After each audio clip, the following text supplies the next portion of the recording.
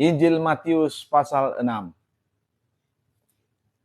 Saudara-saudara yang kekasih, Matius adalah salah seorang dari murid Yesus dan dia memberikan kesaksiannya tentang apa yang dilihatnya secara langsung dan juga dari hasil wawancaranya dengan banyak orang di masa itu.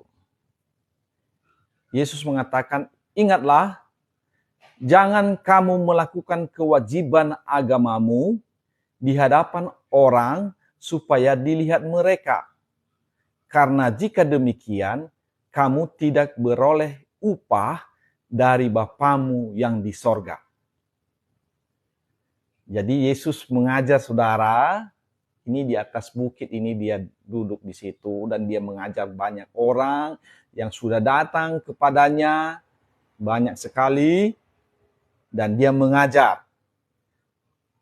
Jadi setiap apa kewajiban agama yang dilakukan ini, menurut Yesus ada upahnya.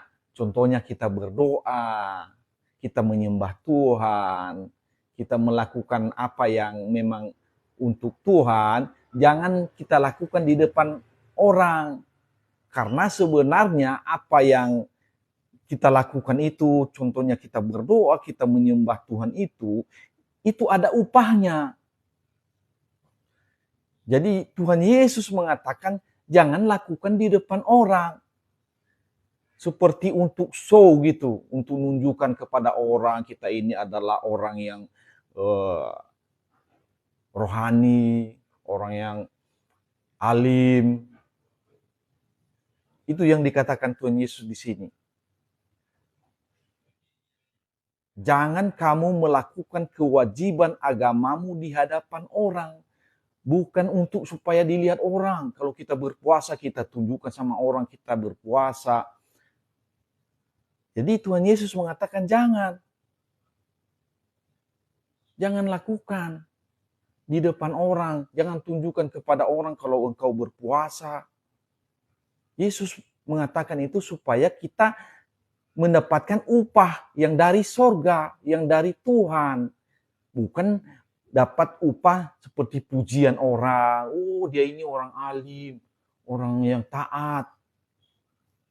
Makanya Yesus mengatakan di sini, jangan kamu lakukan di hadapan orang untuk supaya dilihat orang. Tetapi baiklah Tuhan sendiri yang melihat itu.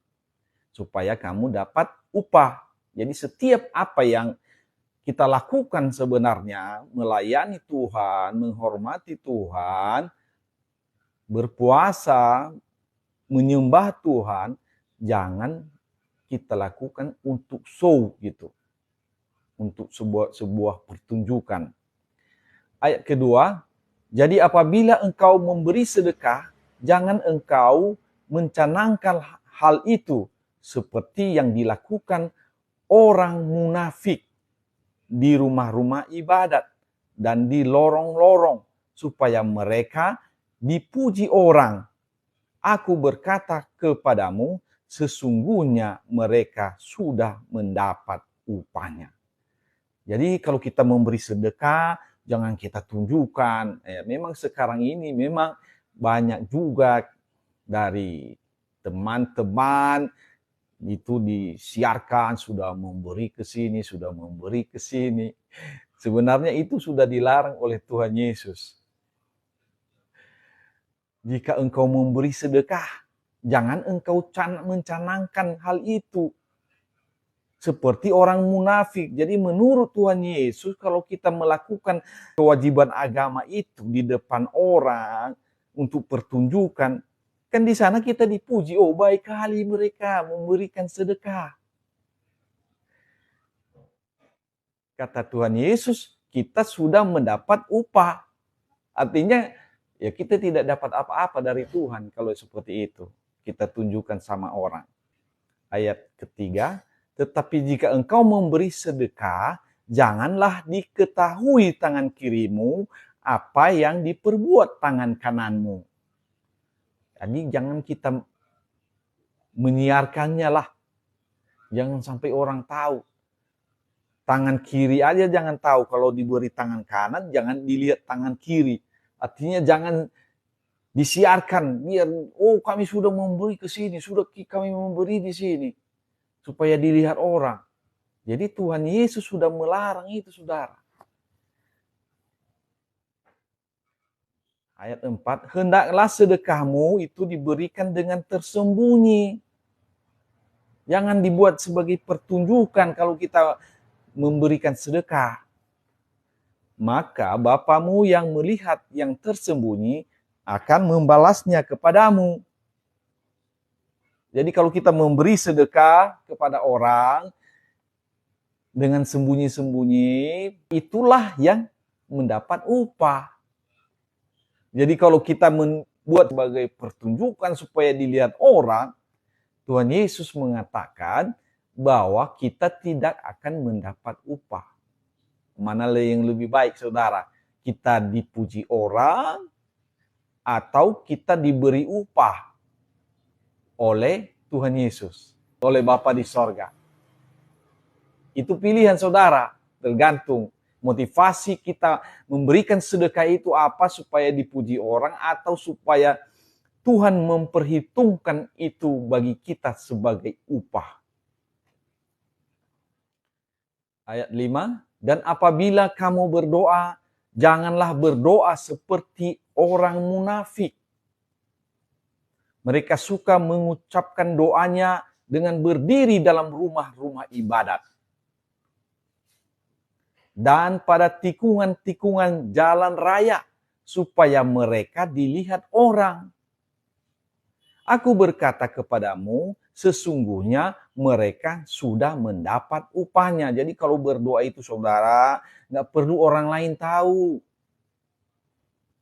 Tuhan Yesus mengatakan orang yang melakukan itu adalah orang yang munafik.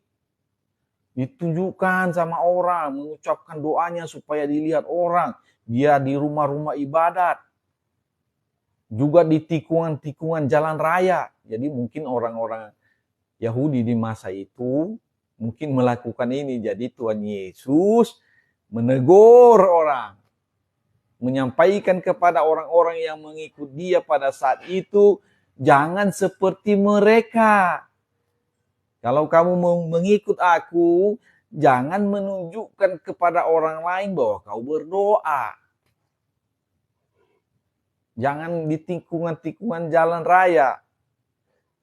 Itu telah disampaikan oleh Tuhan Yesus.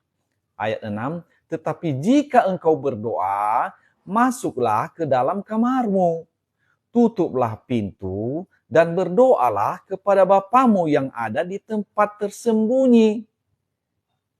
Maka Bapamu yang melihat yang tersembunyi akan membalasnya kepadamu. Artinya, setiap doa yang kita sampaikan kepada Tuhan di tempat yang tersembunyi, yang tidak dilihat orang, Tuhan sendiri akan membalaskannya kepada kita. Kita akan mendapat upah kalau kita lakukan itu di dalam kamar. Maksudnya jangan untuk dipertunjukkan kepada orang lain bahwa kita itu orang yang alim, orang yang taat. Jangan. Jadi Tuhan Yesus sudah melarang ini, saudara. Jadi bagi saudaraku yang kekasih, yang ingin mengikut Tuhan dengan benar, mari kita taat kepada Tuhan. Apa yang disampaikan ini, jangan kita melakukan kewajiban agama kita untuk show, untuk pameran, supaya dilihat orang. Jangan. Makanya Yesus mengatakan ini, masuk ke dalam kamarmu, tutuplah pintu. Jangan seorang pun tahu. Supaya kita mendapatkan jawaban doa. Karena Tuhan akan memberikan balasannya. Bapamu yang melihat yang tersembunyi akan membalasnya kepadamu. Ayat 7, lagi pula dalam doamu itu janganlah kamu bertele-tele seperti kebiasaan orang yang tidak mengenal Allah. Mereka menyangka bahwa karena banyaknya kata-kata doanya akan dikabulkan. Jangan diulang-ulang perkataan itu seperti orang yang tidak mengenal Allah. Artinya jangan seperti orang kafir. Jadi menurut Tuhan Yesus, orang yang bertele-tele dalam doanya, mengulang-ulang, itu sebenarnya ya, itu adalah cara berdoa orang kafir, orang yang tidak mengenal Allah. Mereka menyangka bahwa karena banyaknya kata-kata doanya akan dikabulkan. Nah, jadi berusaha mengulang-ulang kata-kata itu dan atau membuat banyak kata-kata yang supaya seperti buat puisi. Nah, itu yang disampaikan oleh Tuhan Yesus. Kalau yang seperti itu artinya itulah doa orang yang tidak mengenal Allah atau orang kafir. Itu menurut Tuhan Yesus ya. Jadi kalau kita menjadi pengikut Yesus, kita harus menuruti apa yang disampaikan oleh Tuhan Yesus. Kita harus taat. Ayat 8, jadi janganlah kamu seperti mereka, karena Bapamu mengetahui apa yang kamu perlukan sebelum kamu minta kepadanya. Ya, mari kita berdoa seperti apa yang diajarkan Tuhan Yesus saja. Jadi kalau kita bilang Bapa kami yang di sorga, dikuduskanlah namamu. Jadi itu langsung saja. Jangan diulang-ulang lagi. Contohnya, Bapa kami yang di sorga, dikuduskanlah namamu. Ulang lagi. Bapa kami yang di sorga, dikuduskanlah namamu. Bapa kami yang di sorga, dikuduskanlah namamu. Itu namanya mengulang-ulang. Atau seperti orang yang kafir katanya, panjanglah. Bapa kami yang luar biasa, yang ini terus putar-putar. Padahal maksudnya sebenarnya ada. Contohnya minta makanan. Bilang aja ya Tuhan, aku mau makan hari ini. Udah selesai. Jangan putar dulu. Itu orang munafik. Memutar kemana-mana. Jadi Tuhan Yesus tidak mau doa yang seperti itu. Harus to the point. Contohnya minta sembuh, minta sembuh. Minta apa? Yang lain. Langsung. Karena Bapak kita itu Bapak yang baik. Dia sudah tahu sebenarnya apa isi hati kita. Kita mau minta apapun sudah tahu dia. Ya, kenapa kita perlu berdoa sebenarnya? Itu hanya menunjukkan ketaatan kita kepadanya. Menunjukkan. Dia tahu kalau kita dalam masalah, ya, dia tahu apa masalah kita. Hanya kita kasih tahu lagi, kita berdoa. Aku ada masalah ini Tuhan, tolonglah aku. Nah, perlu banyak-banyak. Karena Tuhan kita itu adalah Bapa yang baik. Tidak perlu bertele-tele, tidak perlu berulang-ulang. Ayat 9, karena itu berdoalah demikian. Bapa kami yang di sorga, dikuduskanlah namamu, datanglah kerajaanmu, jadilah kehendakmu di bumi seperti di sorga. Itu saja. Jadi dari yang pertama kita memuliakan dia. Dikuduskanlah namamu. Datanglah kerajaanmu. Jadilah kehendakmu di bumi seperti di sorga. Artinya kehendak Bapa di sorga itu terjadi di bumi. Apa kehendak Bapa? Kehendak Bapa pasti kehendak yang sangat baik. Kalau itu terjadi di bumi, maka bumi ini akan ada damai sejahtera, sukacita. Ada ketenangan, ada kebahagiaan kalau seperti di sorga. Langsung di sini ayat 11, berikanlah kami pada hari ini makanan kami yang secukupnya. Jadi permintaan kita ini langsung berikan makanan kami yang secukupnya. Nah, melalui doa yang diajarkan Tuhan Yesus ini, kita bisa memahami makanan yang secukupnya. Tuhan Yesus mau kita seperti itu, saudara. Tidak kurang, tetapi cukup. tidak lebih. Supaya jangan kita makan seperti orang-orang yang rakus. Sehingga ketika kita makan makanan itu, kita jadi sakit. Nah, ada yang makan terlalu banyak, sehingga nantinya dia akan sakit asam urat, darah tinggi, dan lain-lain. Jadi sebenarnya ini Tuhan sudah ngajar kita secara tidak langsung supaya kita makan makanan yang secukupnya. Tidak kurang, tidak lebih. Karena kebanyakan orang saat ini sakit karena kelebihan makan. Kelebihan gula, asam urat, darah tinggi, semuanya karena kelebihan makan. Jadi bukan karena kelaparan. Jadi kita makan walaupun banyak makanan itu, makanlah secukupnya. Ayat 12, dan ampunilah kami akan kesalahan kami, seperti kami juga mengampuni orang yang bersalah kepada kami. Jadi ini adalah satu aturan. Jadi kita harus mengampuni, supaya Bapa di sorga juga mengampuni kita. Dan janganlah membawa kami ke dalam pencobaan, tetapi lepaskanlah kami daripada yang jahat. Jadi kita berdoa kepada Tuhan supaya kita jangan dipegang oleh iblis, oleh kegelapan. Karena pekerjaan iblis itu, si jahat itu ingin mencoba terus. Mencoba mencari-cari cara bagaimana kita supaya kita jatuh di dalam dosa, supaya kita susah hidupnya. Itu pekerjaan iblis, saudara. Jadi kita perlu berdoa kepada Tuhan. Janganlah membawa kami ke dalam pencobaan. Jadi pencobaan ini pernah terjadi kepada Ayub. Ayub pernah dicobai oleh iblis. Jadi Tuhan pada saat itu membiarkan iblis mencobai dia. Jadi kita jangan, kalau kita tidak siap, jangan. Makanya kita berdoa, janganlah membawa kami ke dalam pencobaan. Karena itu akan jadi ada masalah. Tetapi lepaskanlah kami daripada yang jahat. Ya. Karena engkaulah yang mempunyai kerajaan dan kuasa dan kemuliaan sampai selama-lamanya. Amin. Jadi karena memang Tuhan yang mempunyai kuasa. Dia berkuasa atas segala yang ada. Alam semesta ini adalah miliknya.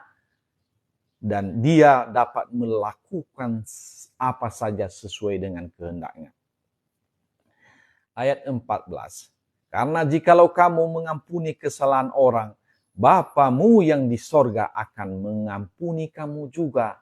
Jadi kita ini orang yang percaya kepada Tuhan, harus mau mengampuni. Jadi melalui doa ini pun kita diajar Tuhan. Ayat 15, tetapi jika kamu tidak mengampuni orang, Bapamu juga tidak akan mengampuni kesalahanmu. Dia sudah mengikat ini, saudara. Tuhan Yesus sudah mengikat ini. Kalau kamu tidak mengampuni, Bapamu yang di sorga juga tidak mengampuni. Jadi ini memang perlu, saudara. Kalau kita minta ampun kepada Tuhan, kalau kita tidak mengampuni, berarti kita tidak diampuni. Itulah Tuhan. Artinya ada sesuatu yang harus kita lakukan juga. Kita percaya bahwa Tuhan kita, Allah kita itu, Bapa kita yang di sorga itu, Maha Pengampun. Namun dia memberikan satu aturan. Kita juga harus mengampuni orang. Makanya doanya kita tadi itu, ampunilah kami seperti kami mengampuni orang yang bersalah kepada kami. Jadi kita harus berbuat juga. Jangan kita tuntut saja Tuhan mengampuni kita, sementara kita tidak mau mengampuni. Ya, ini memang jadi masalah bagi orang-orang yang tidak mau mengampuni. Lah ini satu ketetapan. Artinya walaupun kita minta ampun kepada Tuhan, karena ada kesalahan dan dosa kita, tetapi kita tidak mengampuni orang lain sesama kita, maka kita juga tidak diampuni. Itu adalah aturan yang disampaikan oleh Tuhan Yesus. Itu hukumnya, saudara. Jadi kita tidak bisa mengubah itu, saudara. Itu ketetapannya. Ayat 16. Dan apabila kamu berpuasa, janganlah muram mukamu seperti orang munafik. Jadi ini ajarannya, kalau berpuasa itu jangan muram muka. Jangan sampai dilihat orang bahwa kita sedang berpuasa. Mereka mengubah air mukanya supaya orang melihat bahwa mereka sedang berpuasa. Jangan kita tunjukkan sama orang kalau kita berpuasa. Orang-orang percaya kepada Tuhan, orang-orang Kristen, kalau berpuasa jangan show. Lakukan saja di rumah. Kalau jumpa dengan orang yang jangan tunjukkan kau lagi puasa. Apalagi itu masukkan ke Facebook, ke media sosial. Oh, aku sudah berpuasa. Apalagi puasanya kadang-kadang hanya setengah hari. Ya, itu gak ada apa-apanya itu. Orang Yahudi aja 24 jam satu hari. 2 kali dalam seminggu. Ada orang hanya setengah hari. Disiar-siarkan, dimasukkan di media sosial. Bahwa dia sedang berpuasa. Nah, salah itu. Atau dia tidak makan daging saja. Aduh, ngapain? Orang Yahudi itu 2 kali seminggu berpuasa 24 jam. Jadi Tuhan Yesus sudah mengatakan kita di pasal 5 bahwa kita harus melebihi orang Farisi dan ahli-ahli Taurat dalam pengenalan kita kepada Tuhan dalam mengikut Tuhan. Mereka aja tidak siarkan itu. Mereka tetap melakukan setiap minggu. Itu 24 jam. Tidak makan dan tidak minum. Jadi orang Kristen ini sebenarnya harus lebih dari situ. Lebih dari orang Yahudi. Puasa 3 hari tanpa makan dan minum itu bisa, saudara. Ada orang mati aku nanti. Enggak. Sudah enggak masalah itu. Tidak ada masalah dengan puasa, malah itu lebih baik. Untuk apa, saudara? Kalau secara ilmu kedokteran itu artinya kita memberikan istirahat bagi organ-organ dalam kita. Lambung kita, pankreas kita. Itu ada istirahatnya. Tapi untuk kita sendiri sebagai orang yang taat kepada Tuhan itu berguna untuk bisa kita menguasai diri. Tidak serakah. Kita bisa menahan diri. Itu latihan badani namanya. Perlu. Jadi Tuhan Yesus ini sudah mengajar kita bagaimana kalau kita berpuasa. Jadi orang Kristen itu memang berpuasa. Hanya tidak diumumkan. Nggak diumumkan supaya orang tahu baru berpuasa. Enggak diumumkan itu. Jadi itu dilakukan oleh satu kelompok sendiri atau satu keluarga atau diri sendiri berpuasa khusus untuk berdoa kepada Tuhan. Ayat 17. Tetapi apabila engkau berpuasa, minyakilah kepalamu dan cucilah mukamu. Wow. Jadi artinya betul-betul berpuasa dengan cara yang benar menurut Tuhan Yesus. Orang tidak dapat melihat bahwa kita itu sedang berpuasa. Kita minyaki rambut kita. Kita ganteng, kita cantik. Ya tidak nampak orang. Enggak, jadi orang tidak bertanya, kenapa kau? Enggak. Tapi setelah dilihat kita, ya segar-segar dia ini. Berarti biasa saja. Tapi kalau muka kita udah muram, kita tidak menampilkan wajah yang bergembira, bersuka cita. Orang tanya, kenapa kamu? Nanti kita bilang, saya berpuasa. Jadi sudah ketahuan kita berpuasa. Jadi kalau kita orang Kristen ini, orang yang percaya kepada Tuhan Yesus, kita harus berpuasa seperti apa yang diajarkan oleh Tuhan Yesus. Kita minyaki rambut kita. Artinya kita tampilkan wajah kita, wajah yang berseri-seri.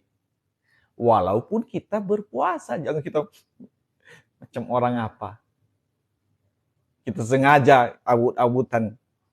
Jadi inilah pengajaran yang dilakukan oleh Tuhan Yesus. Karena kenapa dia katakan seperti ini? Karena memang orang-orang Yahudi selalu mengatakan itu kalau di sana. Kalau di orang Yahudi itu, bahkan kalau kita baca di perjanjian lama itu, debu dimasukkan di kepalanya, kalau dia berpuasa, dia ini. Nah, itu. Jadi Nabi Yesaya sudah pernah melarang itu juga. Jadi berpuasa menurut Tuhan harus berpuasa yang benar. Jadi tidak ditunjukkan kepada orang lain, dan juga tampilkan wajah yang berseri-seri, yang segar. Ya. Jadi berpuasa boleh saudara. Ya. Bisa sekali seminggu juga, bisa 2 kali seminggu boleh. Kalau orang Yahudi 2 kali seminggu saudara. Itu tidak apa-apa. Ya. Ayat 18, supaya jangan dilihat orang bahwa engkau sedang berpuasa, melainkan hanya oleh Bapamu yang ada di tempat tersembunyi, maka Bapamu yang melihat yang tersembunyi akan membalasnya kepadamu. Artinya ada upahnya. Jadi kalau berpuasa itu saudara ada upahnya. Tuhan Yesus mengatakan itu, ada upah. Jadi mana yang kita mau? Ketika kita berpuasa kita dipuji orang, itu pilihan saudara. Atau kita berpuasa itu supaya kita mendapatkan balasan dari Tuhan. Kita berpuasa itu supaya Tuhan memberikan upah bagi kita. Jadi hanya ada 2 macam. Yang satu tadi seperti orang munafik itu menunjukkan kepada orang lain bahwa dia puasa. Ya di situ dia dapat pujian dari orang lain. Orang-orang kan uji, hebat dia orang taat. Nah, tapi yang diajarkan oleh Tuhan Yesus, jangan sampai orang lain tahu bahwa engkau berpuasa. Ayat 19, janganlah kamu mengumpulkan harta di bumi. Wah, ini bertentangan dengan keinginan dunia ini. Bagaimana tidak mengumpulkan harta di dunia ini? Di bumi ngengat dan karat merusakkannya, dan pencuri membongkar serta mencurinya. Gimana ini Tuhan Yesus mengajarkan seperti itu? Kan? Kita akan bertanya, maksud tidak dikumpulkan harta di bumi? Harus bagaimana itu? Berarti kita nggak usah kerja? Bukan. Kita kerja yang wajar-wajar saja. Ya, ada orang yang sampai kerja itu bisa 24 jam kerja terus. Untuk apa? Supaya banyak hartanya. Sampai tidak bisa tidur. Supaya untuk keturunan pertama, kedua, ketiga, sampai ke-7. Makanya itu Yesus mengajar ini supaya kita menjadi orang-orang yang bisa bersyukur. Kalau kita mengumpulkan harta di bumi seperti itu, kita tidak akan pernah bersyukur kepada Tuhan. Karena kurang terus. Dikasih 1 mobil kurang, 2 mobil kurang, 3 mobil kurang. Makanya banyak orang itu di garasinya mobilnya bisa puluhan itu. Bagaimana cara dia memakainya? Nah itu dia. Kemudian setelah banyak uangnya, hartanya, dia mati, kemudian anak-anaknya nanti memperebutkan harta benda itu. Dan bisa sampai bunuh-bunuhan. Bisa sampai bermasalah. Jadi Tuhan Yesus ini mengajar kita supaya hidupnya jangan seperti orang yang tidak mengenal Allah. Karena apa katanya? ngengat dan karat merusakkannya dan mencuri, membongkar dan mencurinya. Apa yang terjadi? Artinya apa yang kita kumpulkan itu akan menjadi masalah ke depan bagi keturunan juga, bahkan bagi diri kita sendiri. Kenapa? Karena kita mengandalkan harta benda kita. Kita tidak mengandalkan Tuhan lagi. Ayat 20, tetapi kumpulkanlah bagimu harta di sorga. Di sorga ngengat dan karat tidak merusakkannya dan pencuri tidak membongkar serta mencurinya. Jadi mari kita berjuang untuk mengumpulkan harta di sorga. Kita berdoa, kita melayani Tuhan, kita memberi sedekah kepada orang. Kalau orang yang sudah kaya itu kadang-kadang lebih sulit memberi daripada orang yang biasa-biasa saja. Karena dia kurang sudah dihitungnya itu. Sekian, tanggal sekian, bulan sekian, begini, sekian. Harus ada di dalam ini. Nanti jangan kurang sedikit pun. Nah, jadi itu akan jadi makanan ngengat dan karat. Jadi orang-orang Kristen telah diajar oleh Tuhan Yesus untuk memberikan sedekah. Tuhan Yesus mengatakan barang siapa yang memberi kepada orang yang kecil ini, itu sudah memberikan kepadaku. Artinya langsung saudara. Ketika kita berbelas kasihan kepada orang lain, orang yang tidak makan di sekeliling kita, bukan untuk ditunjukkan ya saudara, kita tahu mereka kekurangan, kasih dia makan. Kalau kita punya ya, kalau tidak juga apa boleh buat. Jadi kalau kita punya makanan di rumah atau apapun yang kita punya, mungkin uang kita ada, ya kita beri kepada orang miskin, orang yang tidak punya apa-apa. Yesus Tuhan kita sudah mengajari itu saudara. Tuhan Yesus malah mengatakan, kalau sudah memberi seperti itu, sama seperti memberi kepadaku. Itu, jadi luar biasa itu sebenarnya kalau kita memberi sedekah itu. Hanya jangan kita tunjuk-tunjukkan sama orang, jangan kita siarkan aku sudah memberi, enggak. Berapapun kita beri itu, jangan kita tayangkan di media sosial. Jangan kita kasih tahu orang lain. Supaya apa? Supaya kita mendapat upah. Itu pengajaran Yesus, saudara. Jadi memberi sedekah itu adalah ajaran Yesus yang sudah ada di abad pertama. Yesus sudah menyampaikan itu. Kita baca itu di Matius 25 ayat 35. Sebab ketika aku lapar, kamu memberi aku makan. Ketika aku haus, kamu memberi aku minum. Ketika aku orang asing, kamu memberi aku tumpangan. Ketika aku telanjang, kamu memberi aku pakaian. Ketika aku sakit, kamu melawat aku. Ketika aku di dalam penjara, kamu mengunjungi aku. Maka orang-orang benar itu akan menjawab. Dia katanya, Tuhan, bila manakah kami melihat engkau lapar? Dan kami memberi engkau makan, atau haus, dan kami memberi engkau minum. Bila manakah kami melihat engkau sebagai orang asing, dan kami memberi engkau tumpangan, atau telanjang, dan kami memberi engkau pakaian. Bila manakah kami melihat engkau sakit, atau dalam penjara, dan kami mengunjungi engkau.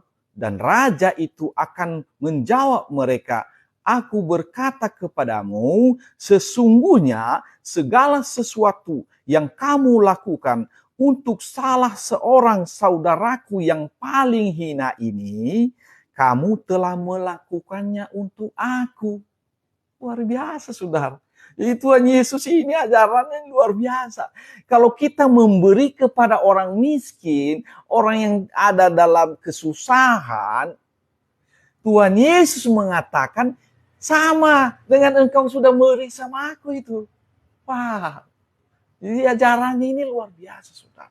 Hanya kalau kita memberi sedekah itu jangan kita tunjukkan sama orang, lihat, kami sudah memberi, gereja kami sudah memberi di sini. Aduh, itu salah tuh. Tuhan Yesus melarang kita mempertontonkan kepada orang lain kewajiban kita kepada Yesus. Kan itu tadi kan sedekah ini artinya kewajiban kita menuruti kehendak Bapa di sorga, memberi sedekah kepada orang lain.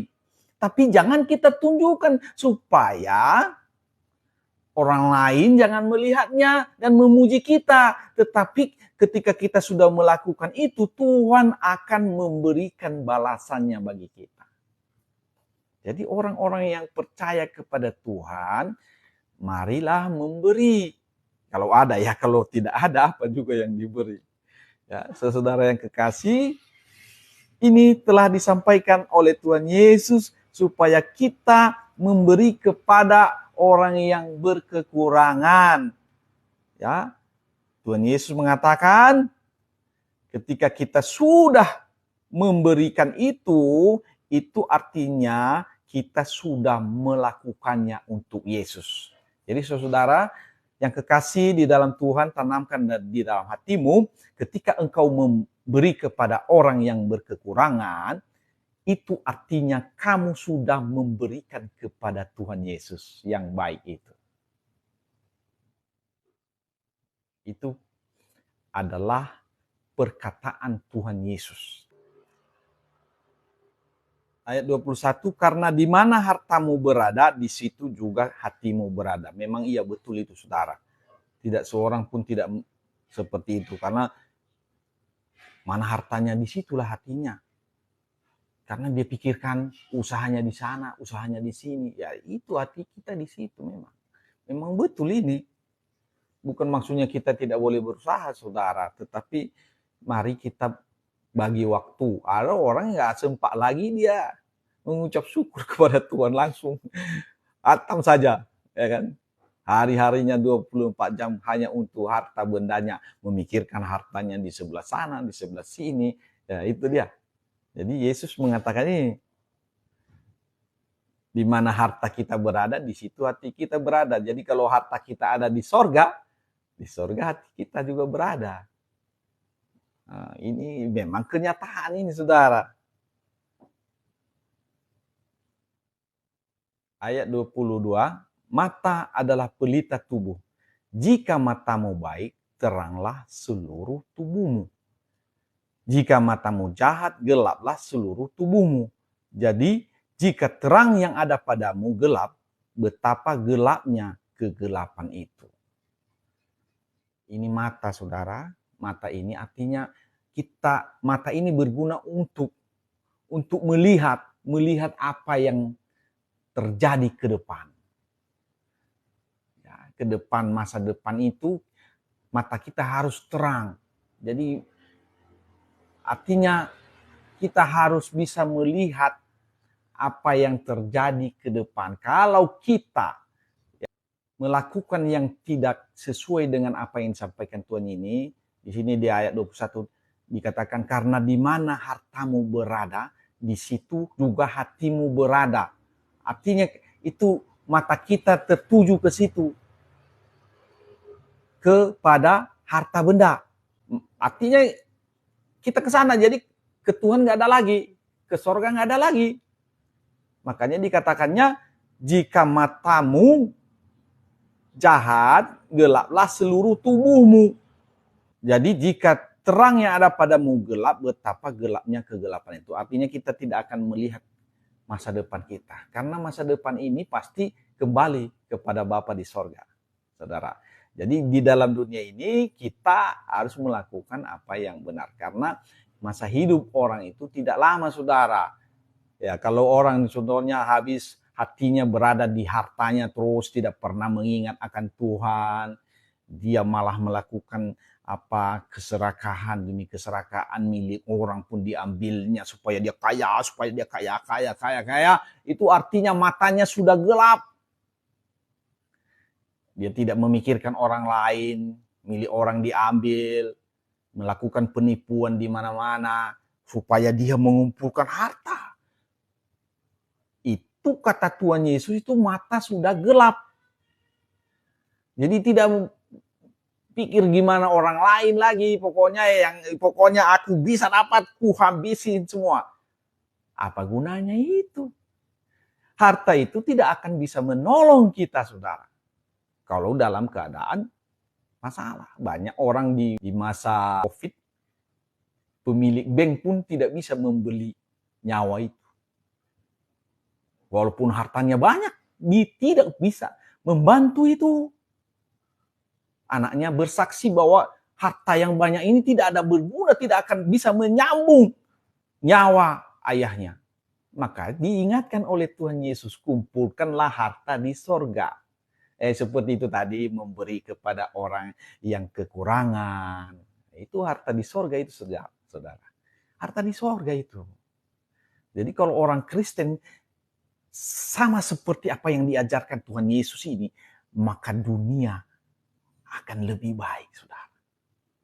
Kemungkinan tidak ada kelaparan di Indonesia ini. Tidak ada orang yang lapar lagi. Orang-orang yang sudah memiliki banyak harta itu, dia mau berbagi kepada orang-orang yang berkekurangan. Di Indonesia tidak ada tangisan kelaparan. Atau di seluruh dunia ini orang Kristen yang 2 miliar lebih itu melakukan seperti ajaran Yesus ini, maka dunia ini pasti lebih baik, saudara. Dan Tuhan Yesus sudah menyampaikan ini 2000 tahun yang lalu. Dia mengajarkan ini supaya ada perubahan di bumi. Supaya jangan egois. Jadi pikirkanlah harta di sorga, kata Tuhan. Harta di sorga itu ketika kita memberi kepada orang yang kurang mampu, itu artinya kita sedang memberi kepada Tuhan Yesus. Tapi kalau mata kita cahat, gelaplah seluruh tubuh kita, artinya gelap. Kita hanya mencari harta benda sebanyak mungkin, kalau bisa tipu sana, tipu sini. Nah, itu yang akan terjadi, saudara. Kita akan gelap. Tidak melihat lagi sebenarnya apa yang terjadi ke depan. Ayat 24. Tak seorang pun dapat mengabdi kepada 2 tuan. Karena jika demikian, ia akan membenci yang seorang dan mengasihi yang lain. Atau ia akan setia kepada yang seorang dan tidak mengindahkan yang lain. Kamu tidak dapat mengabdi kepada Allah dan kepada Mammon. Jadi kita orang yang percaya kepada Tuhan Yesus, mari kita mengabdi kepada Tuhan Yesus. Bukan kepada harta benda. Bukan kepada Mammon. Ini ajaran Tuhan Yesus, saudara. Langsung dia menyampaikan ini. Dan Rasul Matius pada saat itu ada. Dia ada di situ juga sehingga dia bisa tulis ini. Jadi ini adalah kisah nyata dan dilihat langsung. Bukan dikarang ini, saudara. Bukan sudah berapa ratus tahun lagi baru datang si Matius ini. Enggak, langsung. Ini murid langsung daripada Tuhan Yesus. Dia ada di situ ketika Yesus mengajar ini. Jadi ini bukan karangan. Bukan dongeng ini. Kalau ada orang yang menyaksikan Yesus baru lahir 300 tahun kemudian atau 500 tahun kemudian menuliskan tentang apa ajaran Yesus, nah itu udah diragukan kebenarannya secara sungguh-sungguh, itu sudah tidak benar. Jadi yang kita dengar, mari kita dengar apa kesaksian daripada orang yang melihat secara langsung. Yang mendengarkan secara langsung ajaran-ajaran Tuhan Yesus itu. Dan itu hanya ada di kitab Injil, saudara. Injil Yohanes, Injil Matius, Injil Markus dan Lukas. Karena mereka menulis itu di abad pertama. Semua tulisan Injil itu, yang 3 Injil itu, Matius, Lukas, dan Markus, ditulis sebelum tahun 70, sebelum Bait Allah dihancurkan. Sementara Injil Yohanes itu ditulis tahun 80-an. Kenapa terjadi itu? Injil itu ditulis tahun 80-an karena ada keluhan dari para penatua pada saat itu bahwa walaupun sudah ada Injil ini, banyak orang yang memutarbalikkan. Sudah ada surat-surat Paulus, banyak orang yang memutarbalikkan karena mereka merasa ini bisa dipakai untuk menyesatkan orang Kristen. Hal itu bisa kita lihat dari apa pernyataan daripada Rasul Petrus. 2 Petrus pasal 3 ayat 15. Anggaplah kesabaran Tuhan kita sebagai kesempatan bagimu untuk beroleh selamat. Seperti juga Paulus, saudara kita yang kekasih telah menulis kepadamu menurut hikmat yang dikaruniakannya kepadanya. Hal ini dibuatnya dalam semua suratnya apabila ia berbicara tentang perkara-perkara ini. Dalam surat-suratnya itu ada hal-hal yang sukar difahami. Sehingga orang-orang yang tidak memahaminya, yang tidak teguh imannya, memutarbalikkannya menjadi kebinasaan mereka sendiri. Sama seperti yang juga mereka buat dengan tulisan-tulisan lain. Jadi memang sudah ada orang-orang yang memutarbalikkan apa yang ditulis oleh Paulus. Karena orang-orang itu mau hidup di dalam hawa nafsunya. Jadi sehingga Petrus sebagai gembala yang dipilih oleh Tuhan Yesus memberikan peringatan-peringatan. Jadi kalau mau tahu lebih banyak, saudara, lihat aja, baca aja. Satu pasal itu, pasal 3. 2 Petrus pasal 3. Itu semua diurutkan oleh Rasul Petrus sebagai peringatan. Supaya kita jangan salah. Ya. Jadi perlu kita mengenal Yesus itu dari kitab Injil. Ayat 25. Karena itu aku berkata kepadamu, ini Yesus yang berkata ya.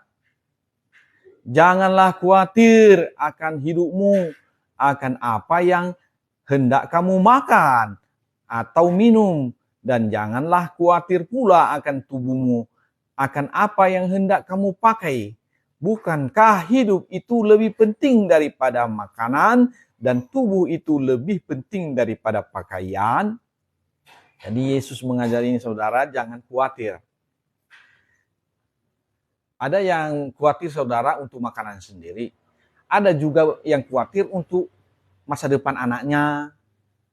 Belum terjadi pun dia sudah, atau belum punya anak pun sudah berpikir tentang kekhawatirannya tentang anaknya yang akan lahir 10 tahun lagi atau bagaimana. Jadi ada orang yang seperti itu. Bagaimana dia sekolah nanti, dia khawatir sampai di situ.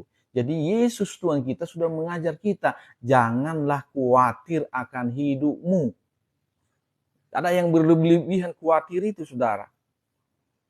Jadi ini disampaikan oleh Tuhan Yesus supaya kita hidup yang baik. Artinya ketika kita tidak khawatir, kita bisa mengucap syukur kepada Tuhan. Kalau kita khawatir terus, kita sudah punya tabungan untuk anak kita. Nanti setelah itu kita berpikir lagi tabungan untuk cucu. Wah, itu kekhawatiran. Sehingga kita tidak memiliki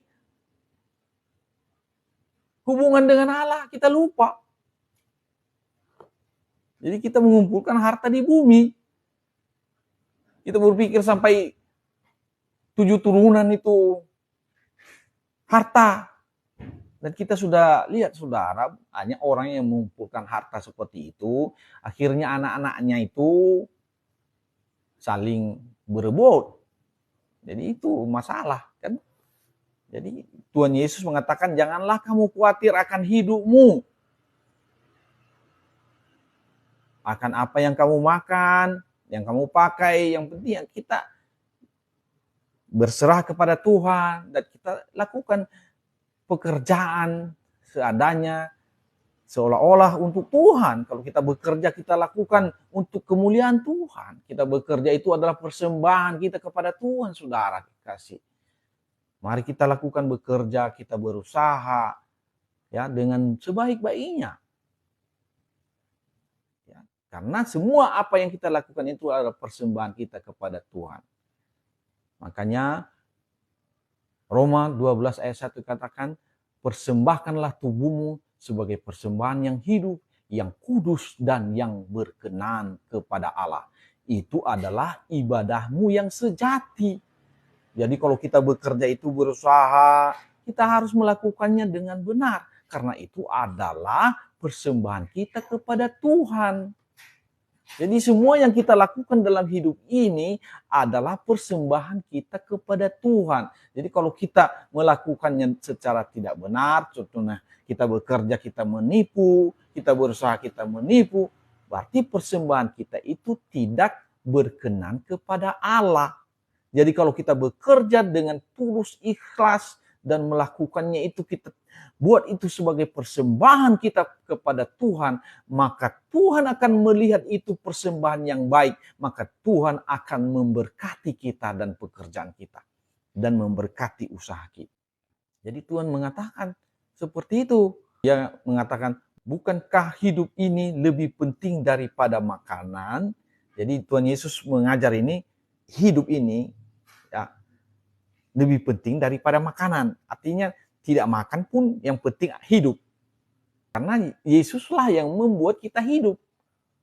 Bukan hanya karena makanan saja. Karena Yesus sudah mengatakan bahwa manusia hidup bukan hanya oleh roti saja. Tetapi oleh setiap firman yang keluar dari mulut Allah. Kalau Yesus mengatakan kamu hidup, hidup. Walaupun sudah mati. Seperti Lazarus, dia perintahkan, Lazarus keluar. Lazarus hidup. Bukan karena dikasih makan ketika sudah mati, enggak. Tapi dia hidup karena firman yang keluar dari mulut Allah, dari mulut Yesus. Itulah yang menghidupkannya. Jadi kita ini hidup karena Tuhan memberikan kepada kita hidup. Jadi kalau kita berpuasa ya boleh saja. Kita tetap hidup, luar biasa. Tuhan Yesus sudah berpuasa 40 hari, 40 malam. Musa sudah berpuasa 40 hari, 40 malam. Dia tidak mati. Kenapa? Karena yang memberi hidup itu adalah Tuhan. Yang membuat kita tidak hidup itu adalah Tuhan juga. Makanya Yesus mengatakan ini, lebih penting hidup itu. Bukankah hidup itu lebih penting dari makanan dan tubuh itu lebih penting daripada pakaian? Artinya, hidup itu lebih penting dari makanan. Terus kalau sudah ada tubuh, ya kan? Tubuh itu lebih penting dari pakaian. Jadi yang persoalkan pakaian ini, pakaian itu, artinya yang penting masih ada tubuh. Sudah ada hidup dan sudah ada tubuh, itu sudah lumayan. Lebih penting itu daripada pakaian. Jadi inilah pengajaran Yesus ini, sampai di situ dia mengajarkan kita, saudara. Supaya kita ketahui mana yang lebih penting. Yang lebih penting adalah hidup. Hidup dulu. Bukan makanannya, yang penting hidup dulu. Jadi untuk apa makanan kalau udah mati juga? Kan begitu. Ini sudah masuk logika juga, saudara. Contohnya banyaklah makanan di dalam rumah kita. Semua makanan mewah. Tapi kita mati. Itu untuk apa? Jadi ini ajaran Tuhan Yesus ini benar-benar.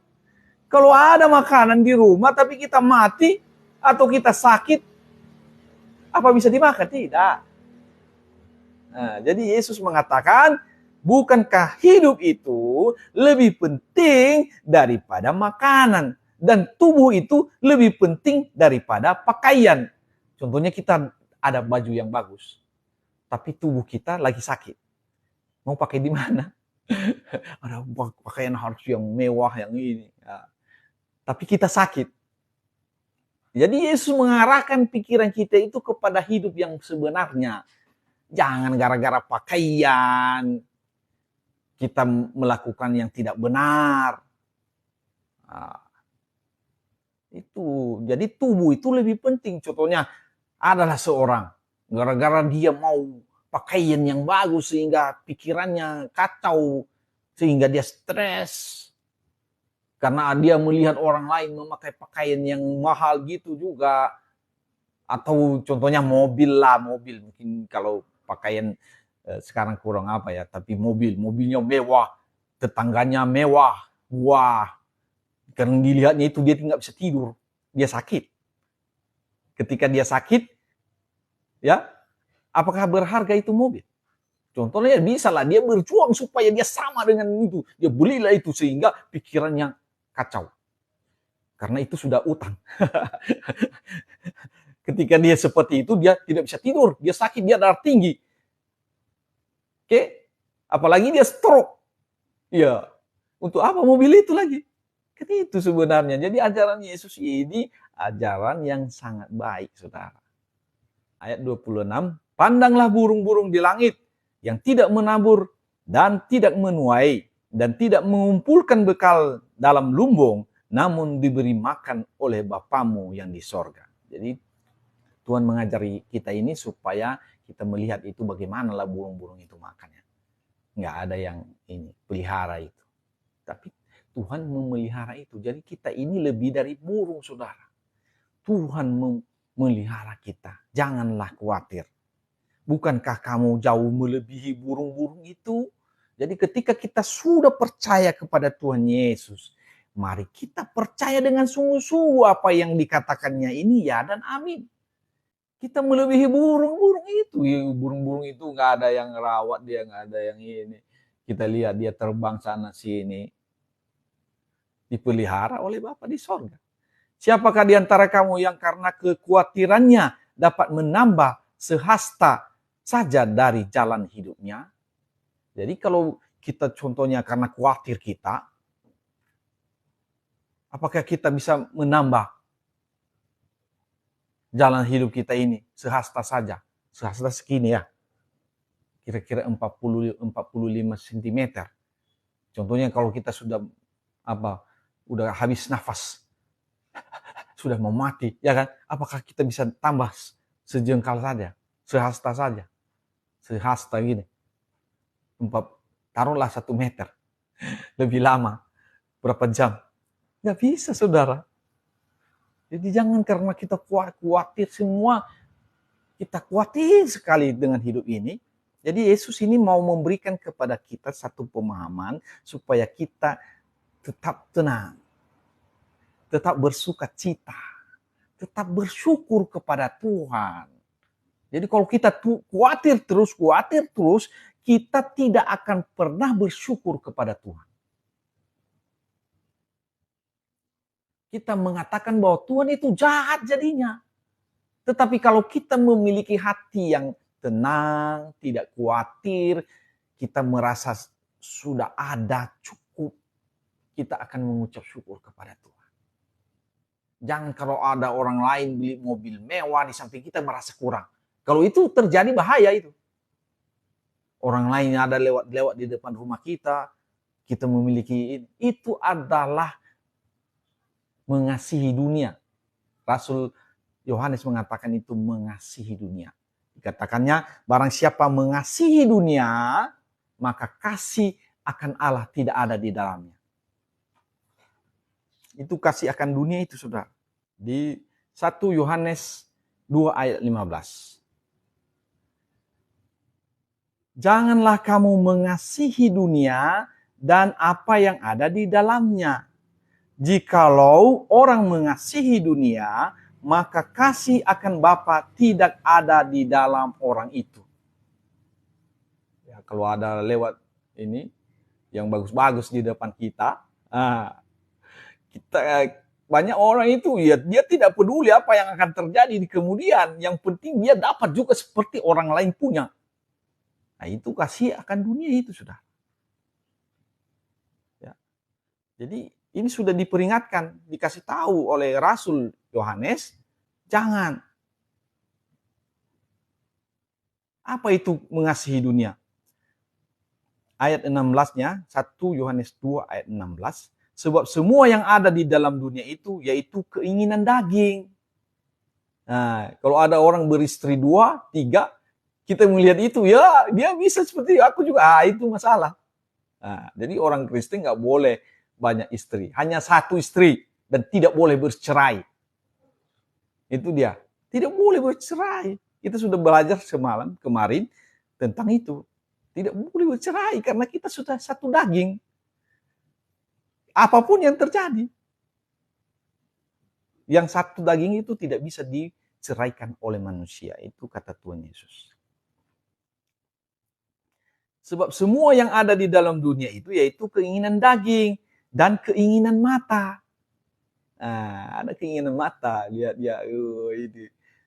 Dia cantik ini, istriku sudah tua. Dia bilang nanti dia karang-karang lah itu. Istriku berzina. Tuhan Yesus mengatakan, kecuali karena zina. Itu. Jadi itu diambil.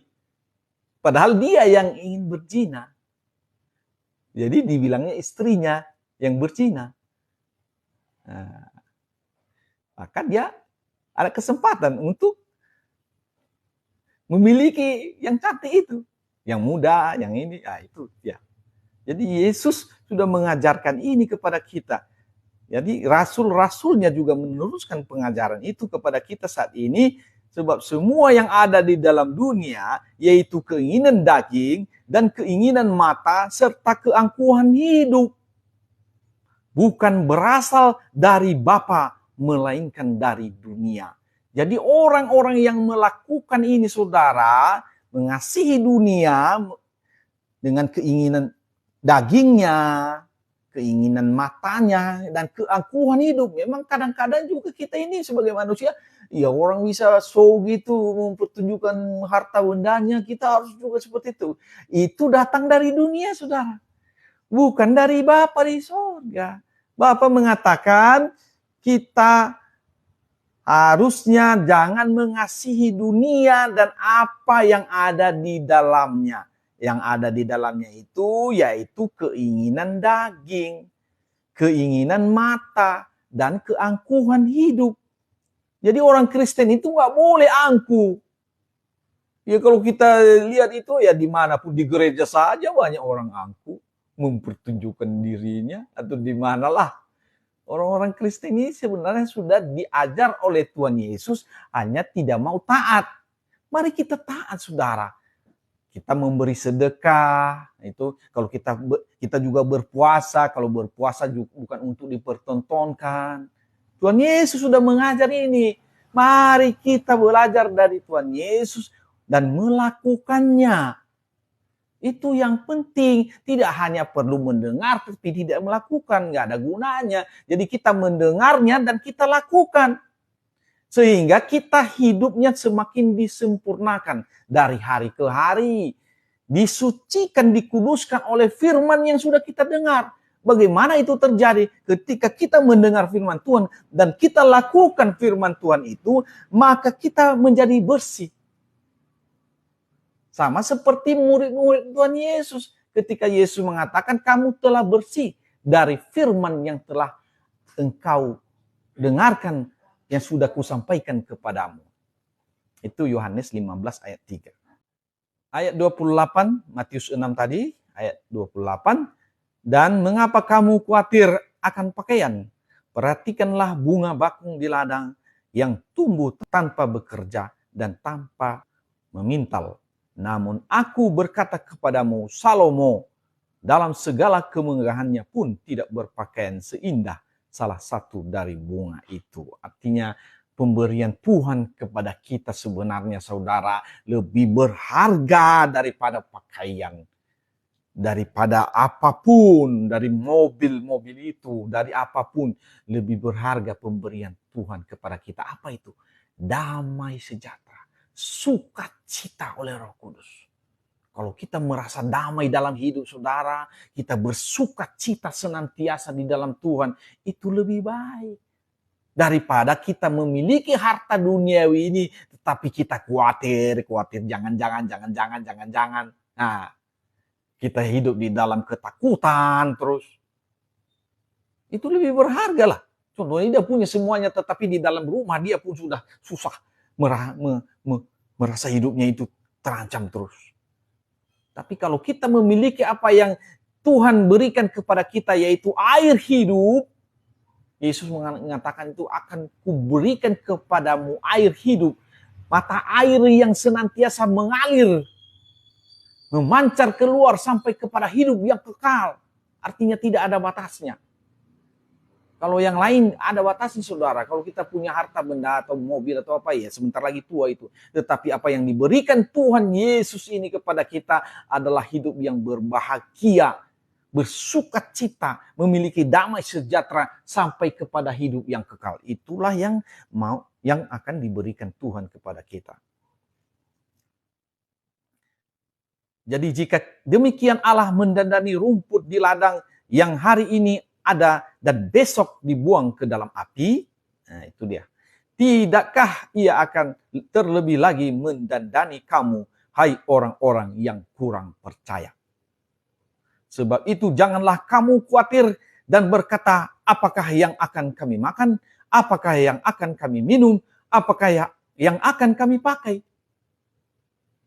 Ya kita terus terang aja kalau nggak ada makanan di rumah ya pasti kita, aduh gimana ini ya. Jadi Yesus menjamin itu, jangan takut sudah. Jangan takut, pasti Tuhan menolong kita. Karena karena dia adalah Bapa kita. Bukan orang lain, itu tuh Bapa kita.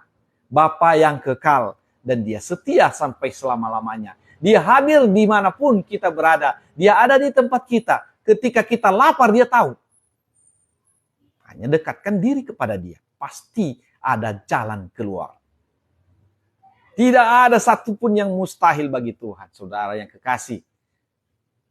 Ya, menurut pengalaman-pengalaman orang yang percaya kepada Tuhan. Yang sungguh-sungguh sudah meletakkan hidupnya kepada Tuhan. Menyerahkan hidup kepada Tuhan. Mereka sudah memiliki pengalaman itu. Dan ini rasul-rasul ini sudah mengikuti Yesus ini. Sampai-sampai itu umur daripada Yohanes, Rasul Yohanes itu 96 tahun. Tanpa kekhawatiran. Dia menikmati hidup di dalam Tuhan. Walaupun banyak tantangan yang dihadapinya, dia tetap mengatakan kepada kita, janganlah kamu mengasihi dunia. Artinya dia sudah buktikan sendiri, saudara. Umurnya 96 tahun. Dia sudah buktikan bahwa bersama Yesus itu kita memiliki hidup yang lebih baik. Daripada kita khawatir saja sehingga kita dalam kekhawatiran kita menambah-nambahkan dosa kita. Kekhawatiran karena bukan milik kita ambil. Kita bukan sebenarnya itu untuk kita ambil. Kita melakukan penipuan, kita melakukan banyak hal yang tidak benar. Itu namanya mengasihi dunia. Jadi kita harus mengasihi Bapa, mengasihi Allah. Rasul Yohanes mengatakan di ayat 15 tadi itu, janganlah kamu mengasihi dunia dan apa yang ada di dalamnya. Jikalau orang mengasihi dunia, maka kasih akan Bapa tidak ada di dalam orang itu.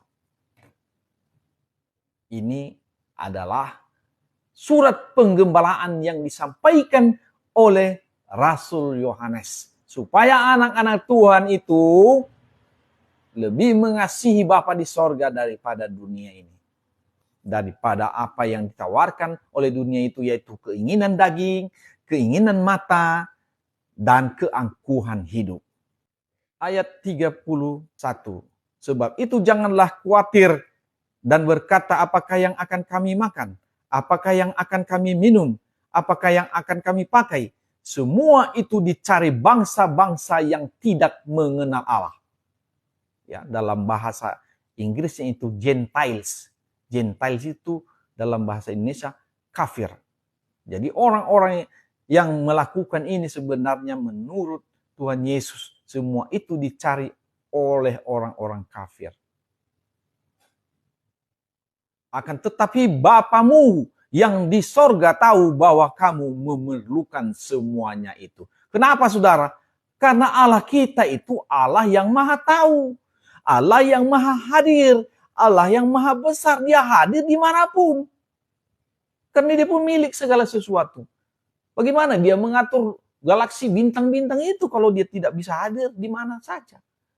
Jadi dia adalah Allah. Dia mengatur semuanya yang ada di bumi, di sorga, atau di mana saja.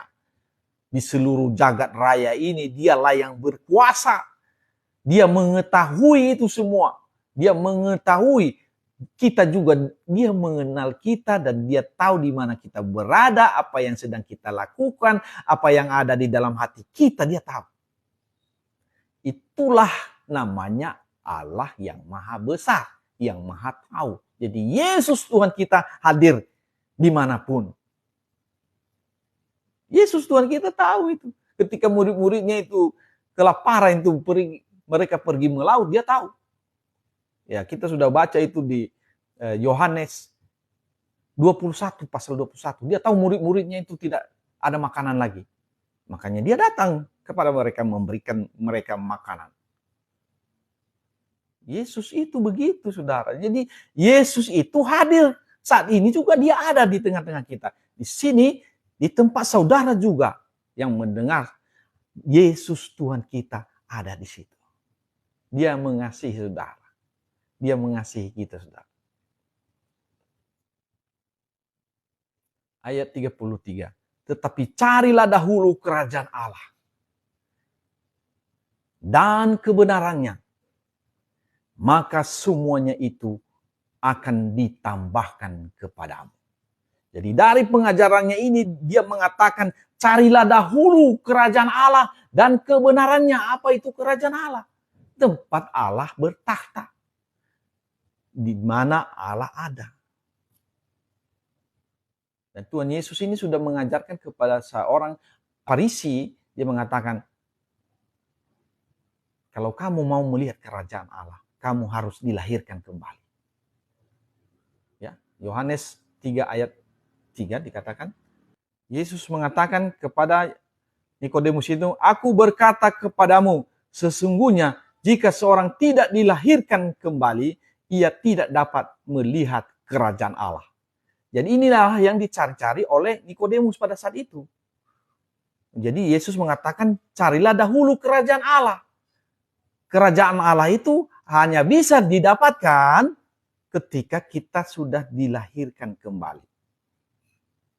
Ya, di ayat 5 dikatakan di Yohanes 3 ini, aku berkata kepadamu, sesungguhnya jika seorang tidak dilahirkan dari air dan roh, ia tidak dapat masuk ke dalam kerajaan Allah. Nah, jadi kalau kita cari kerajaan Allah, kita mau apa? Mau dilahirkan kembali. Dilahirkan kembali itu artinya kita dibaptis dari air dan roh. Itu yang kita lakukan, saudara. Carilah dahulu kerajaan Allah dan kebenarannya. Ketika kita sudah dilahirkan kembali, lahir dari air, kita diajar oleh firman Tuhan, yaitu kebenarannya. Carilah dahulu kerajaan Allah, itu kerajaan Allah tadi, dan kebenarannya. Kebenarannya itu adalah firman Tuhan. Di Yohanes 17 dikatakan, Yesus mengatakan, firman-Mu adalah kebenaran. Itulah kebenaran yang disampaikan oleh Tuhan Yesus di sini. Jadi ketika kita sudah dilahirkan kembali untuk memohonkan hati nurani yang baik, sehingga ketika kita mendengarkan firman Tuhan, kita dapat menerimanya sebagai sebuah tanaman yang ditanam. Firman itu ditanam di dalam hati yang sudah memiliki hati nurani yang baik, tanah yang subur. Ketika firman ditanam, maka firman itu akan bertumbuh dan berbuah. Itu maksudnya, saudara.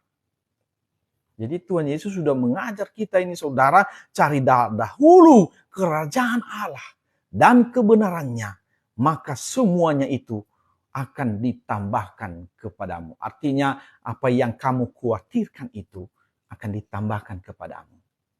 Jadi yang paling penting sebenarnya, saudara yang kekasih, yaitu kerajaan Allah dan kebenarannya. Jadi itu yang paling penting. Semua yang lain itu, contohnya makanan, pakaian, apapun, akan ditambahkan kepada kita.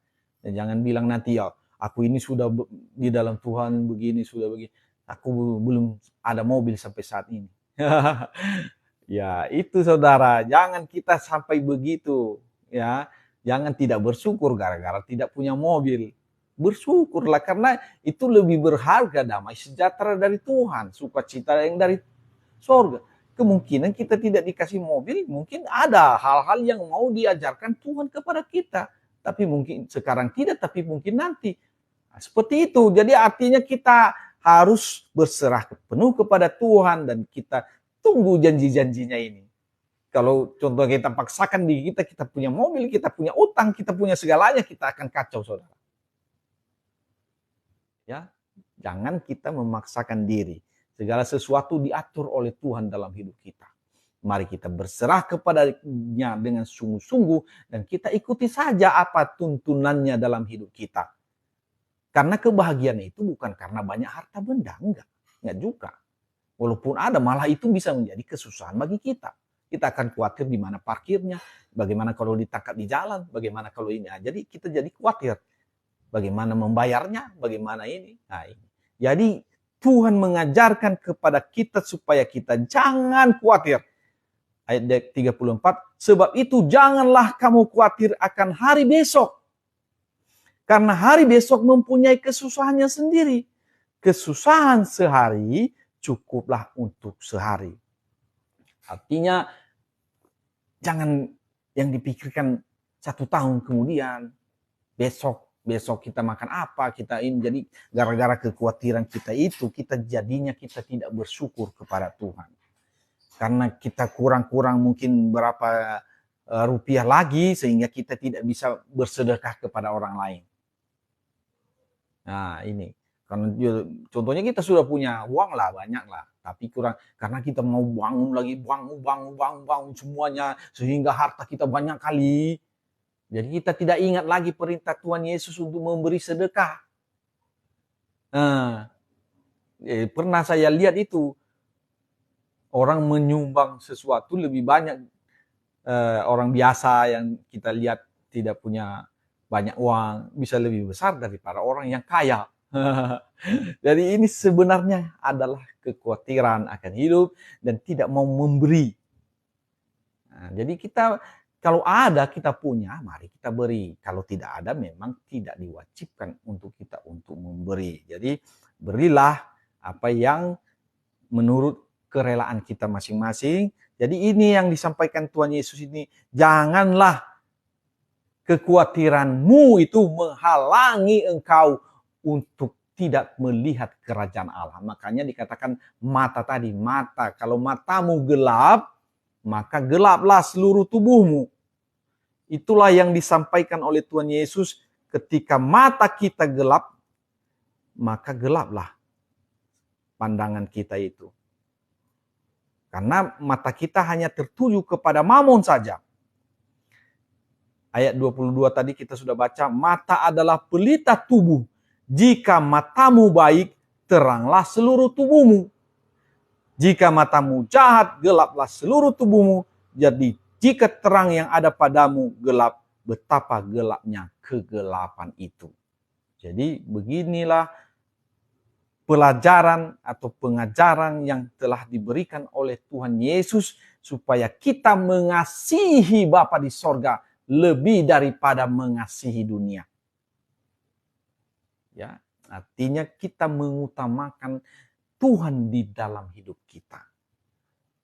Kalau kita mengutamakan dunia ini daripada Tuhan, mengasihi dunia ini lebih daripada Bapa di sorga, daripada mengasihi Bapa, maka itu artinya mata kita sudah gelap. Tidak bisa melihat. Sehingga kita jatuh di dalam kehidupan orang yang sama dengan orang kafir. Baik saudara, itulah yang sudah kita pelajari dari Matius pasal 6 ini. Kita sudah pelajari bagaimana cara berdoa, bagaimana kita melakukan kewajiban agama kita, tidak boleh kita pertontonkan bagi orang. Kalau kita berdoa, jangan kita besar-besarkan kali suara kita. Karena itu tidak ada gunanya. Kita tidak akan mendapatkan jawabannya dari Tuhan.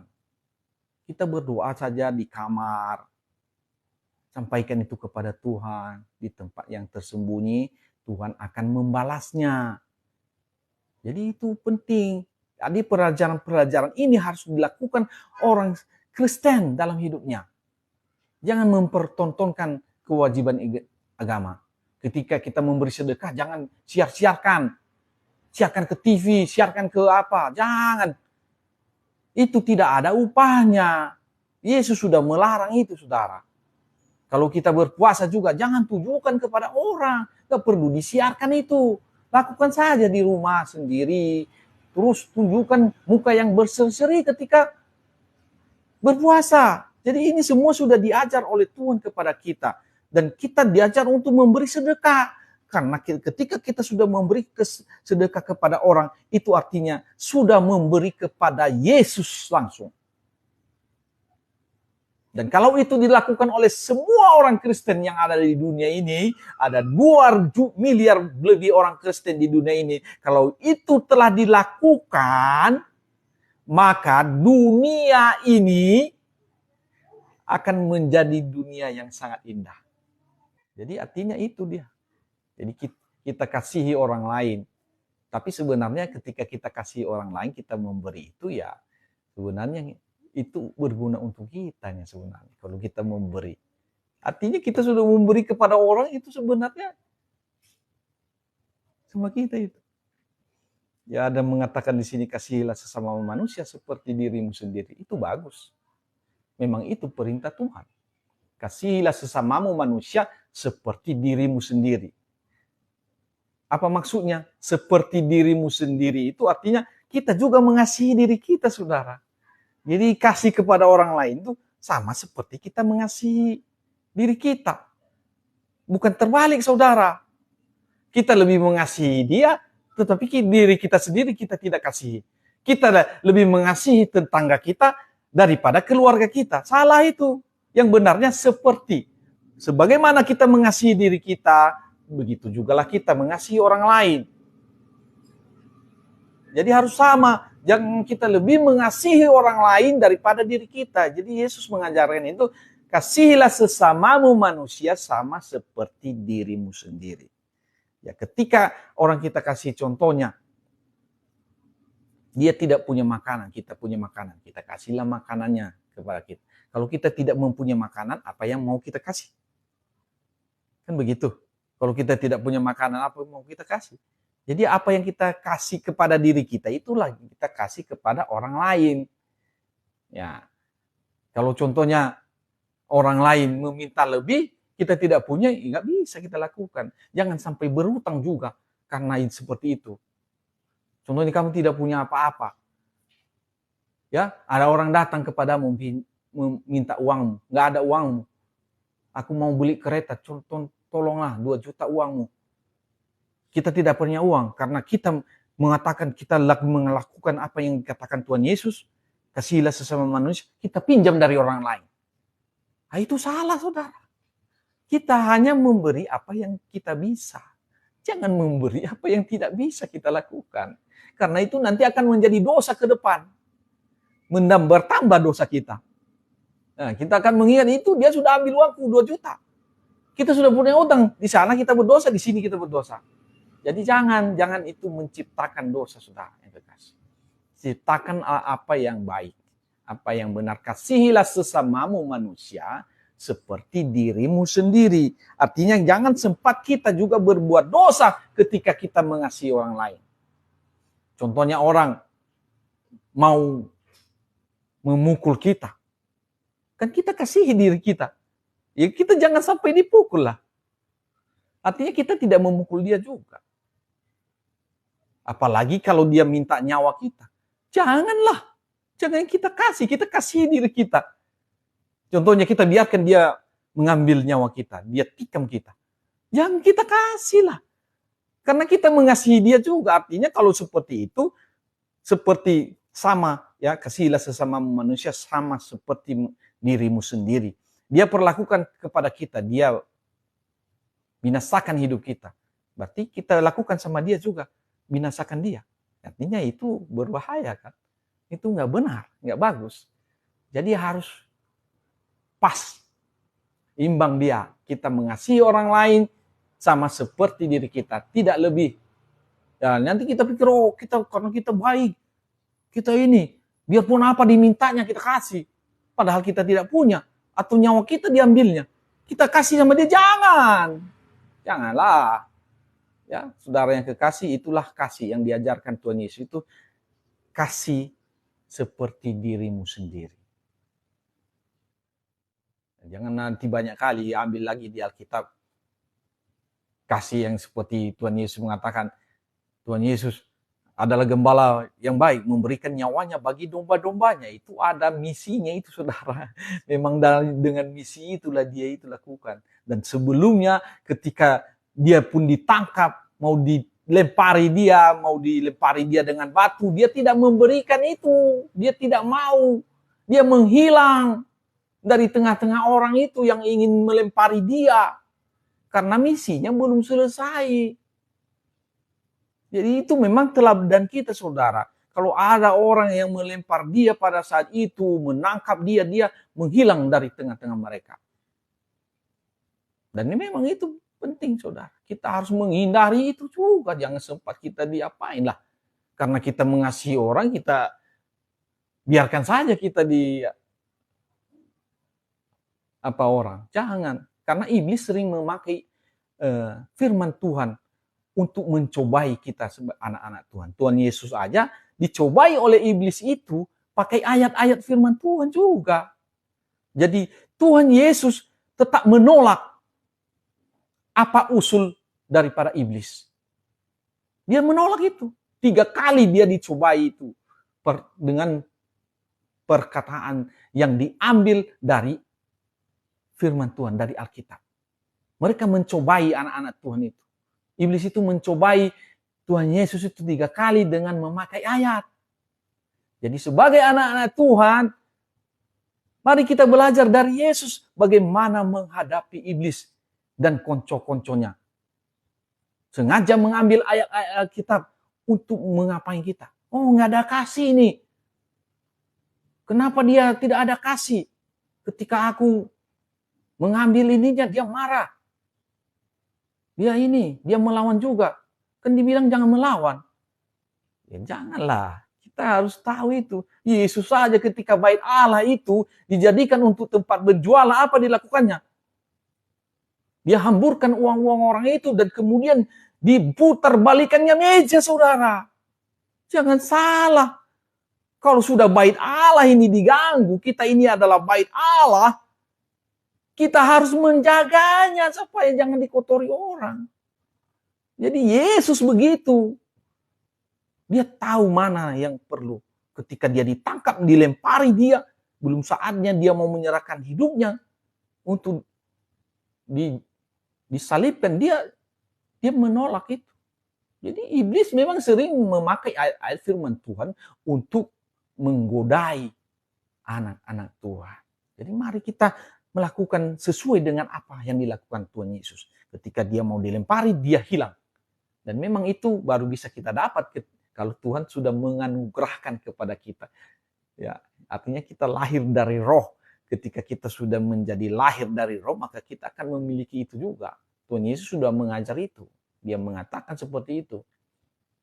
Kita sebagai anak-anak Allah itu, kita menuju ke situ sebenarnya. Menuju ke situ. Kita belajar kepadanya. Ketika kita sudah bersih, sudah betul-betul layak untuk menjadi tempat Roh Kudus, bait Allah yang tetap, yang tidak keluar masuk ya. Seperti Yohanes. Rasul Yohanes itu, saudara, pernah dia itu dimasak dengan minyak, digoreng dia. Dia tidak bisa mati, saudara. Itu tingkatnya sudah tinggi.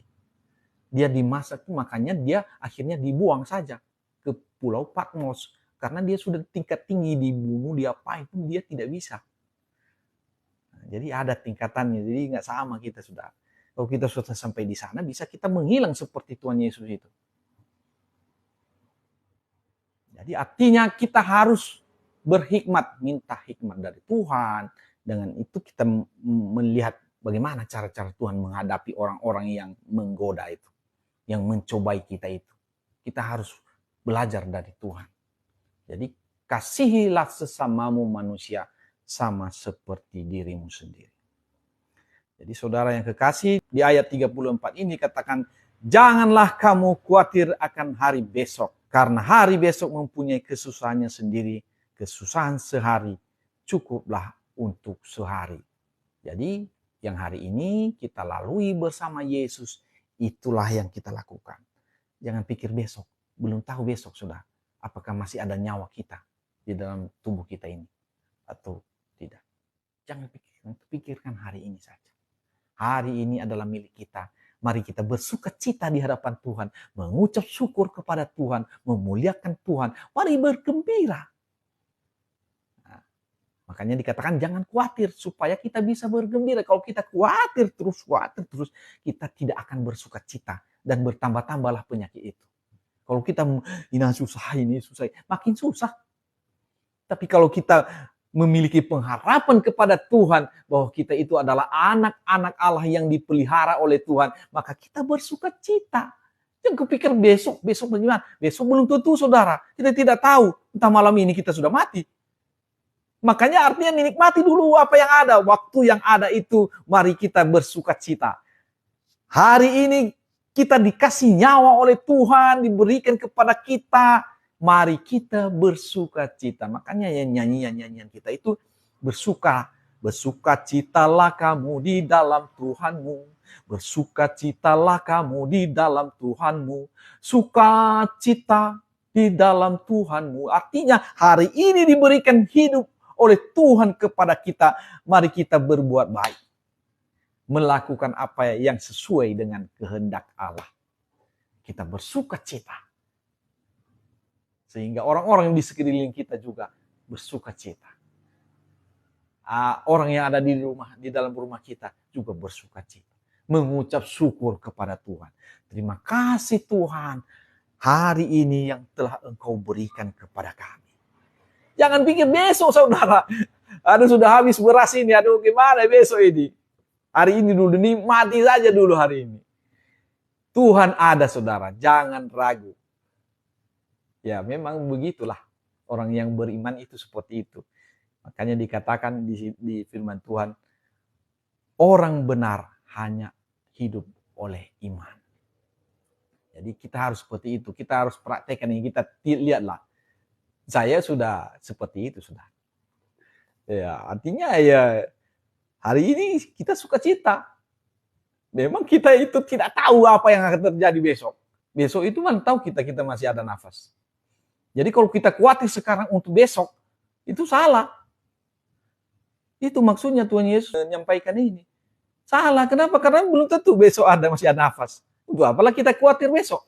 Hari ini saja kita, ya udah nikmati aja bersama Tuhan. Kalau kita betul-betul taat kepada Tuhan, Dia menjamin hidup kita ini dari sekarang dan sampai selama-lamanya. Makanya Yesus mengatakan, kerjakanlah pekerjaan yang diberikan Bapa, yaitu percaya kepada Yesus. Biarlah firman itu bekerja di dalam hatimu, saudara, di dalam hati kita semua, yang bisa mengubah kita, memberikan kepada kita sukacita dan damai sejahtera oleh Roh Kudus. Terima kasih, Tuhan Yesus memberkati. Salam.